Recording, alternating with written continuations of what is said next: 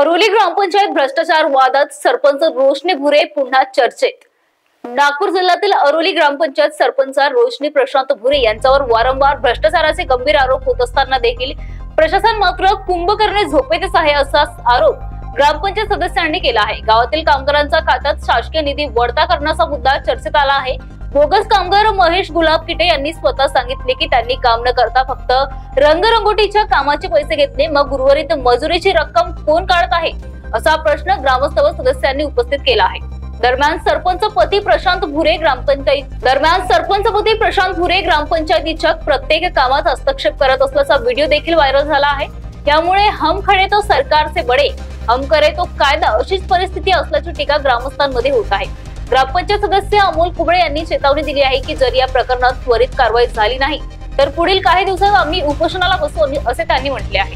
नमस्कार, मी ग्रामपंचायत सदस्य अरोली अमोल कुबळे। ग्रामपंचायतमध्ये लुटणाऱ्या सरपंचाबद्दल भ्रष्टाचार केल्याबद्दल यापूर्वी देखील मी निवेदन दिले होते। भ्रष्टाचार उघड होऊन सुद्धा कारवाई कधी? व्हिडिओ विजयजी झिंगरे तहसीलदार जिल्हा अधिकारी यांना जाग कधी येणार? सर्वसामान्यांच्या पैशांच्या सरपंच लुटतोय मजा। सरपंच पती प्रशांत बाळासाहेब भुरे विकास कामात व ग्रामपंचायतमध्ये हस्तक्षेप करतात।